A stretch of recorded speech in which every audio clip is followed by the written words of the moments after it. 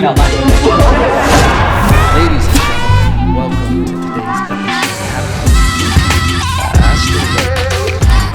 Do you believe in life after love? I don't know the words, yeah. But do you believe in life after love? I really don't think you're strong enough. Ooh. Ladies and gentlemen, welcome. Welcome to Monday, ladies and gentlemen. Okay, everybody here, listen. Hey, what is this? This is funky. The Funky Monkey. Ladies and gentlemen, this is the kind of hip-hop beat that I wasn't expecting to drop the heat on. Everybody, I got that cool shit free on. That's a bar. Get in the car. We're gonna go far. I'm a star. Starship when I start the drip rip. A part of beat. Shit. Listen. Alright, we gotta stop this. Listen. I'll be honest. This is the kind of beat that a church pastor uses. Okay? This is the kind of beat that someone who wants to try to tell kids not to have sex, this is what you do it on. Because Jesus is your Lord and Savior. Hey there. I know you're 16 and got a raging boner and you want to stick it somewhere. But hey, you gotta wait till you're married or you're gonna get carried to hell in a basket with a bell. Because everybody's gonna make fun of you that you fell into a pit destiny. Don't even look past her knee or in between. From the belly button to the knee, you're blind. You don't see anything in there. Don't you dare go near with your fingers even. What? All right, listen, ladies and gentlemen. Because masturbation is a sin.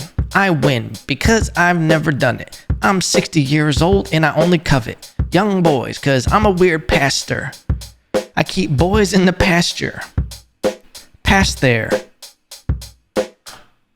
We were going to keep going, but ladies and gentlemen, the church is already going to come after us. Listen. The church, the religious community is not a docile bunch, okay? They got some interesting beliefs, and hey, everybody is okay to believe their own belief bars, okay? But some shit gets wacky, okay? Some shit gets wacky, and we're not about to attack the chicken church. Listen, church is chicken. I've never had it, but I hear it's delicious. Another religious group, okay? Ladies and gentlemen, welcome to Monday. Welcome to Monday. The day after Sunday. Hey, we're gonna have a fun day. One way, maybe gay. What? Huh? I'll be kicked out of the church. I just had a stroke for a second. Best believe it. All right, enough of this shit. What are we doing, ladies and gentlemen? Listen, welcome to Monday. Do you believe in life after love? True story. I would listen to that song in the bathtub as a kid. I don't know why. I would fucking listen to Rick Dees in the morning. And for some reason, my bath time would schedule up to where some of these songs would get on there, you know, and fucking Cher would just come through while I was sitting in the bathtub. Do you believe in life after love? And I'd be fucking 10 years old in the bathtub thinking, well, fuck, Cher. I don't know if I believe in life after love, okay? It never dawned on me. I really don't think I'm man enough real. And I'd be sitting there and I'd be emotional as a little kid just listening to that heartache from Cher. And then I realized as I get older, listen, a lot of stuff, you know, you go through puppy love and everything like that. You think life is over. But if you believe in life after love, if that's how you feel, you gotta grow up a little bit. Because listen, there's always life after love. And I do think you're strong enough. I don't even know what those lyrics really say, to be honest with you. Do you believe in life after love?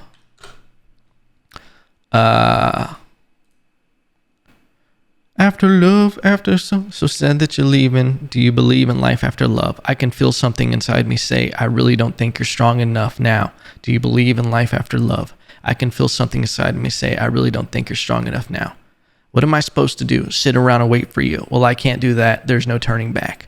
I need to move on. I need love to feel strong. because I've had time to think it through, and maybe I'm too good for you. Ooh, do you believe in life after love? I can feel something inside me saying I really don't think you're strong enough now. Listen, share. Okay, listen, after reading the lyrics, a lot of conflicting information that you're given here, because at one point you're saying, I hear something inside me saying that I don't, feel strong enough. But then now I feel too good for you. But then you don't switch the chorus around to be like, I believe in life after love. That would have been such a great story. You would have been gone down in history as a storyteller rather than setting people up with the same goddamn bridge, same chorus, rinse, repeat that, dominated the radio station in the 90s. Okay? Listen, this isn't about Cher. We're getting back to Monday. Because it's a fun day with Pastor Evan. Listen to me and you will go to heaven. Don't touch yourself, ever. Even if you have the urge, because you'll surge straight to hell with Satan. You'll have to date him, because he likes masturbation. Bars. Ladies and gentlemen, welcome. Monday coming at you hot, okay? Listen, we had a good weekend. We had a very patriotic weekend. And I say that because, ladies and gentlemen, you can call me a sucker, a patriot, American pride. But you get that star-spangled banner going during the Olympic Games, makes my willy tingle. Makes my willy tingle, ladies and gentlemen. I love watching the ceremonies. I love watching all the sports. I watch shit I know nothing about. You know what did blow me away? Skateboarding in the Olympics. I'm here for it. Listen, any kind of competition, I'm here for it. But I don't know if the skateboarders were there for it, the competition, because you know what these dudes were doing? It felt so out of place. And shout out to Tony Hawk. He's doing the damn thing, okay? A pioneer. He got it in the Olympic sports, got on a bigger stage. But these people skateboarding, they showed zero enthusiasm for the fact that they were in the Olympics. Some dude was just wearing jeans and AirPods and was texting in between his run. Like when he was like going up on the ramp, he was just texting. I was like, this dude, I don't even know. Is this a joke? I feel like I'm being punked that these dudes are in the Olympics right now because they're not taking this shit serious at all. There was one dude. They were doing 45-second runs. Fellow from Canada, eh? He kept falling. And with like 15 seconds left, he just goes and then like kind of walks away with his board and everything as if he's going to get a goddamn Mountain Dew from a soda dispenser. Soda machine. Okay, listen. Terrible for you. A lot of sugar. Anyway, back to the point. There was just no enthusiasm. It felt so weird to be so relaxed with it. They were texting. In what other sport can you text, put your phone in your pocket, and then just be like, all right, here I go. World stage Olympics with your phone. Wearing AirPods. I feel like that's a performance enhancing drug if we really want to break it down. Wearing AirPods. That's why I always thought people who work out in the gym without any music, I'm like, you're a goddamn psychopath. Okay, you're getting through this workout without making up some story in your head, not using the song to get you through the workout. I'm over here trying to do pull-ups like, do you believe in life after love? I really think I'm strong enough to pull up. Okay, I got to get through it. Whether that's Lil Wayne, Eminem, 50 Cent, all these old school songs now. All my hip hop throwbacks is what I work out to because I'm like, oh, hey, now I'm old. That's what happens. Okay? But it's interesting to see some sports in the Olympics where I'm just like, this is a sport. We all decided that this was. And the craziest thing to me is that the Olympics, we almost took wrestling out of it. It blows my mind that we would leave some shit and just want to take wrestling out. Something that has a collegiate sport that has a filtering system, a feeder farm from little kids to junior high to high school to college wrestling going into it. I never saw a goddamn kayak program at a high school. Okay? I never saw anything about I honestly didn't know kayaking was an Olympic sport until I turned on the TV yesterday and they were kayaking through fake rapids. Okay? Listen. People do it on vacation. All right? They unwind with it. If there's a chance that I could fish during your sport, I don't want to see it on the television. I don't want to see it on the television. If you want me to care about someone kayaking through the rapids, you better put it in the middle of a river. You better put actual boulders, and I want a goddamn bear in the arena, a hungry bear. Haven't fed this thing for 7 days, okay? And before that, all we were feeding it was dead kayakers. I wanted to develop the taste for man or woman, equality, or anything else human. Are people still allowed to identify as human? Is that offensive to say someone's human? We don't know. We'll never know. But some 27-year-old working at some job will let me know. I'll tell you that much. Bars. Listen, I want actual bears in the arena, people having to kayak through it. And then what I want is other people around the edge with fishing poles trying to hook their kayak. You know, I want this to be a real experience. And even if someone goes under, they have to get themselves out of it. Okay? Maybe some piranhas. Catch yourself on a boulder. A little piranha. Spice things up a little bit. Okay? Another one in the Olympics that I've seen. And this one, I'm more okay with it because it's Olympic style lifting. Lifting weights. How did they sneak practice into the Olympics? Practice? You want to talk about practice, coach? Lifting weights? Well, that's what you do for the sport. That's what you do to get into the Olympics. You lift weights. You get stronger. It's cross training. I already think it's insane. It's the cleverest. Listen, that's the biggest snake oil there ever was. The dude who invented the CrossFit games. That is a money-making machine. He somehow turned working out into a phenomenon.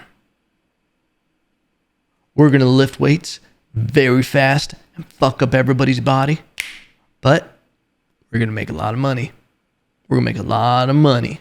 We're going to go to regular gyms. We're going to slam weights down. We're not going to give a shit. We're going to do weird kipping pull-ups. I've said this before in a video a long time ago when I was doing what grinds my gears.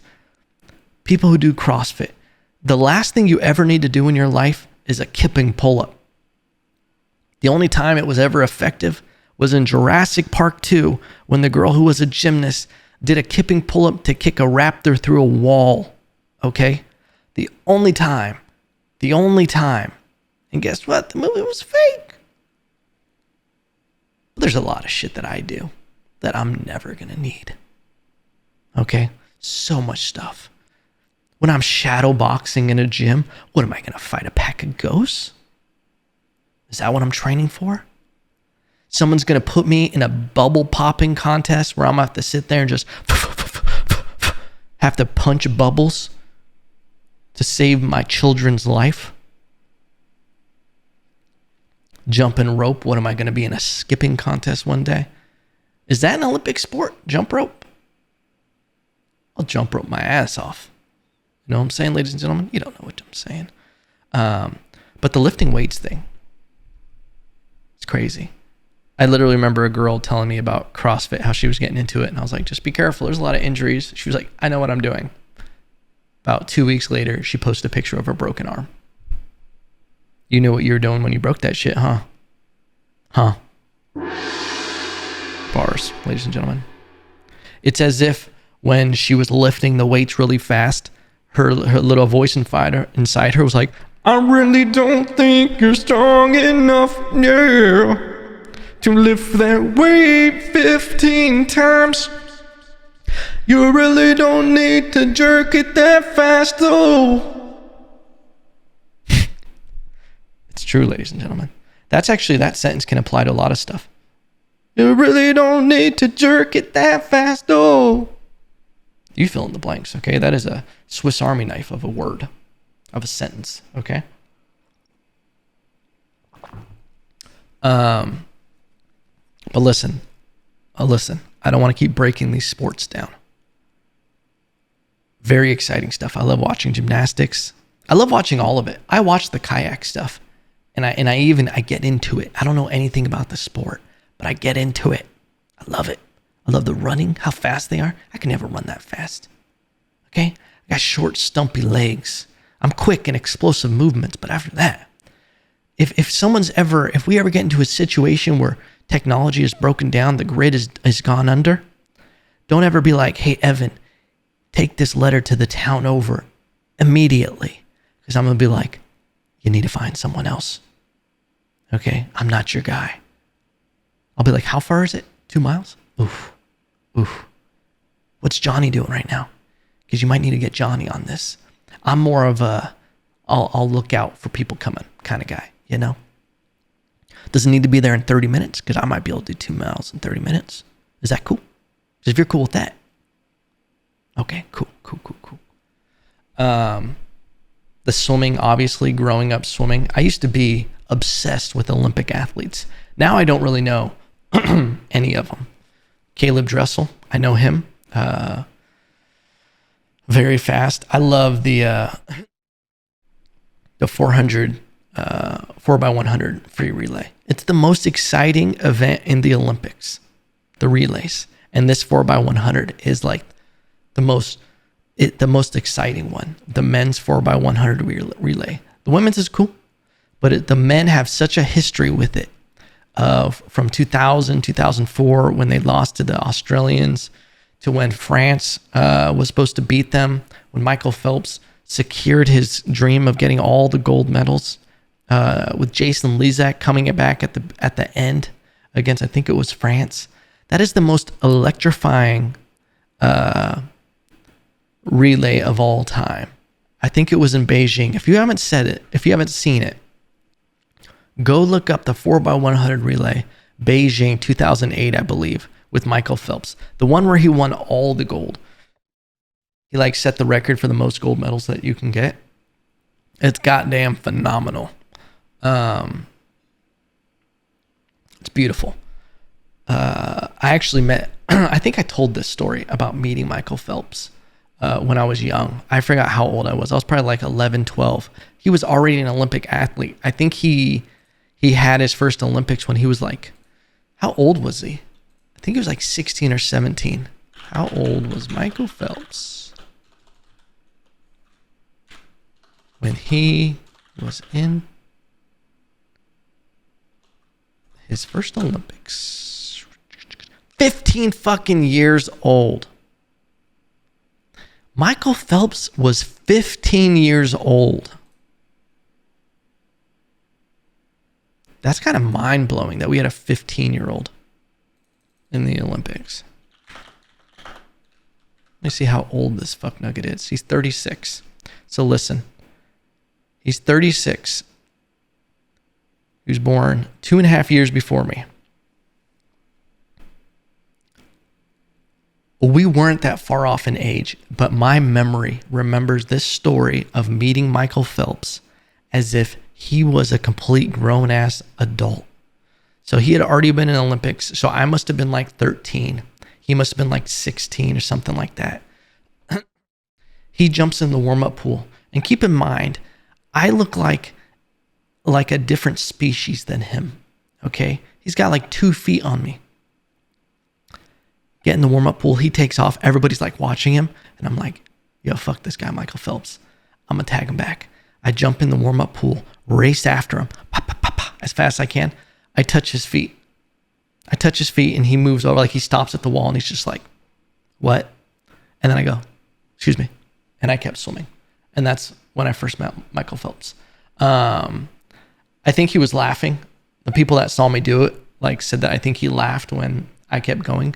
Because if you don't know swimming, that's something that happens. If someone is going too slow in front of you, you just touch their feet, and it's customary that you just move over to the side and you let them go ahead of you. So that's what I did to him, letting him know that, hey, this little speed demon, half your size, is trying to get a little more RPMs up on the board, and you got to move to the side a little bit. I know you're big in, Beijing and Sydney and everything like that, but around these waters, this guppy runs this territory, okay? And this H2O, I'm the shark. You know what I'm saying? And that's just how it went down, ladies and gentlemen. But I love seeing him even during these Olympics. He's doing phenomenal with commentary, Michael Phelps. And that's what you see someone. I started reading this book again that I love. It's called Atomic Habits. And it's all about setting up systems in your life for good habits and everything like that. Eliminating all this stuff that, stops you on a regular basis from being efficient, optimized, and reaching your goals. And it's a phenomenal book. And it reminds me of why people are successful in certain fields, and it translates over to the other parts of their life. And I think what it is Michael Phelps has like a great system in play. Obviously with swimming, gifted naturally, beyond belief. But all that doesn't matter, okay? All that doesn't matter. Listen, I know people in college, some of the most gifted people I've ever seen in my life in swimming. I remember there's one dude that I swam with. It frustrated me so much because take a look at your boy. I was never supposed to be in swimming, okay? I was never built for it, my body type, all this stuff. It's just one of those things that I got stuck in it as a little kid because that's what my family did. And by the time I reached college, I was like, well, I've already invested so much goddamn time in this and I'm decent at it because I work hard. But I got no business in reality. I'm never making the Olympics. But I would swim with people in college who were on the complete opposite side of the spectrum, where they were insanely talented, all the gifts, even and they didn't work hard. They didn't focus on outside of the pool. They did a lot of shit, whether it was drugs or drinking, whatever vices that they had. There was zero discipline and respect for even, swimming. But when they would get in the water, they were some of the fastest people I'd ever seen. And I would be like, man, if you could get it in gear, you were an Olympic caliber swimmer. I legit swam with people who would have easily been in the Olympics, but they just couldn't get all that together. And it would frustrate me. It would frustrate me because I would be working hard and there was just no way I was ever going to reach that level. But the great thing about sports is none of that matters. That's the great thing. The beautiful thing is that I just developed systems. I've developed, the vehicle through swimming of working hard, being disciplined. Some of those workouts were just so hard, and the dedication that you have to have, I've been able to translate that to life. So that's why I think sports are amazing. Not everybody's going to be an Olympian, but it teaches you how to be great and how to work hard and be disciplined. And, with Michael Phelps, that's something that you see is how hard that he works and how great he's got at public speaking. When he was younger, you could tell that he was kind of a awkward, lanky, tall kid who didn't really understand. He was good at swimming. But over the years, he's probably been coached with public speaking. That's how he makes his money now. He's probably doing tours, just speaking and motivating. But you see that same kind of hard work and professionalism applied to now being one of the commentators on the Olympics. And it's great. I was literally watching him last night and I stopped and I look at my fiance and I'm like, Michael Phelps is so fucking good at this. Just talking. And because, I'm always interested in broadcast. I'm always interested in obviously speaking and being able to keep them dice shaken, So I look at it. And you can see it with lesser productions. Like when you watch something like the UFC, you watch any kind of well-oiled machine, you watch like the NFL or the NBA, you see these great commentators, these great people who are so good at what they do that you don't even notice it. It's not really until you go watch another production where they don't have that same kind of professionalism that you see, the fumbling. You see the awkwardness. You see, okay, all right. Well, how do you feel? If you watch someone who's not a seasoned interviewer interviewing a fighter after a fight, there's been a lot of productions lately of lesser productions, kind of even some of these celebrity boxing stuff. They'll have kind of celebrity commentators and people interviewing in the ring after. They just don't know what to do. And how to do it and how to handle that situation. And it's something that fascinates me. I love seeing it. I love seeing people be able to adapt in those situations. And I think that's why I loved, like naturally I'm drawn to that. And I think that's why I loved being a waiter. As terrible as that job was, I liked it because you made a lot of money if you were good at it and you were able to kind of talk to people. But every single table was different. Obviously, with some similarities over time of you could kind of see that, oh, okay, this is, and then how you handle it. But for the most part, you would go greet someone, and then depending on their personality on the spot, you have to know how to respond to that and adapt. You got to be a chameleon, you know? You got to be able to match that energy. There are times you go, hey, how you guys doing? And then they go, man, I'm doing good. How are you doing? Blah, blah, blah. We're just ready to eat. We're excited. We're pumped. And I'd be like, well, shit, man, let's get it going. What are we going to get started? We're going to get some drinks. We can get some appetizers, the bar, blah, blah, blah, blah, blah. And then sometimes, people would be like, hello, I think we're just going to have 4 waters to start, and that we need a little more time. Okay, sure. I'll get that started and I'll be right back. Boom. Just got to adapt on the situation. Because that's what, people want to hear about when we're talking about the Olympics is being a waiter. It's the same thing. But yeah, shout out to Michael Phelps. A lot of big things. Dude, this was something that I thought was crazy. And this is how we're going to intro this one. I have to say, ladies and gentlemen, how you doing? Listen, don't ruin your future by sleeping with your teacher. And then you leave her in a bad situation and turn her in because you didn't like the performance she turned in.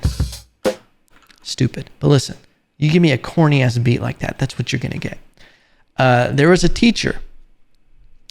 We're going to end the podcast on this story. A teacher sentenced to prison after having sex with 2 students and then claiming she had the right to do so. An Alabama teacher who claimed it was her constitutional right to have sex with 2 students has been sentenced to state prison. Alabama teacher. Sometimes the joke writes itself. She received a 10-year sentence. However, Witt will only spend 18 months in state prison, followed by 18 months in a community corrections program. She will serve the remainder of her sentence on probation. Witt pleaded guilty in March to 1 count of school employee engaging in a sex act with a student under the age of 19. Prosecutors have dismissed a 2nd count. Okay. The now 48-year-old was accused of having sex with 2 students aged 17 and 18. After her arrest, Witt's attorney argued that she had a constitutional right to have sex with the students. Under Alabama law, anyone over 16 without a specified infirmity is capable of consenting to sex. All right. This is what is funny about this story. When talking about this, the Florida, or FLA, I don't know what that means. No, this wasn't in Florida. But this student said her head game was weak. The teacher was jailed after having sex with a student who reported her due to her performance. I wasn't going to say anything at first, but if you're risking it all for this moment and your top game is nothing but teeth, you don't deserve to be teaching. Listen. I cannot confirm nor deny that this story is real. Okay, I found it on the internet, so that means it's real. Okay, but could you imagine if that really was the case of why the student turned in the teacher? Take a second, let that marinate. I just think that's crazy. The teacher was like, "Nah, this is cool." Shit's wild. Shit's wild out in these streets. Ladies and gentlemen, listen. We can't end it on that note. I thought there was going to be more to that. This is what happens when we pull up articles, and then it's like, that's the story. I have to tell you guys this. Your boy did something. Listen, when I start saying systems and everything of getting my life together, figuring out habits and trying to better myself, listen, if I'm being completely honest with you guys, the pandemic did a number on your boy. Nutritionally, exercisally, your boy's been slipping, okay, for the past year. I've been trying to hold it together. I still work hard. I still did this. But the pandemic just got to me, you know? There's something that happens when you're in over a year where it's like you can't really do all these things. So you kind of just kick back, play some video games. You kind of start ordering food. You're like, well, now I want to try all these different wings, you know? This weekend was the last weekend that I'm getting into this debauchery. I ate an entire pizza by myself. I need you to know that. Yeah, it was gluten-free, okay? Before you're going to be like, oh, I thought you were gluten-free. It's gluten-free. I ate this entire pizza, and I realized halfway through eating it, I said, no, I should stop halfway through. But then I thought, well, what would Michael Phelps do? Would Michael Phelps quit? And then I got down to the last couple pieces, and I said, well, now it's just a shame if I save two pizzas. What, am I going to put these in the fridge and I'm going to eat them tomorrow? No, I just shove it all down the gullet now. I ate all of this, an entire pizza. And I'll be honest with you, my stomach the next day, I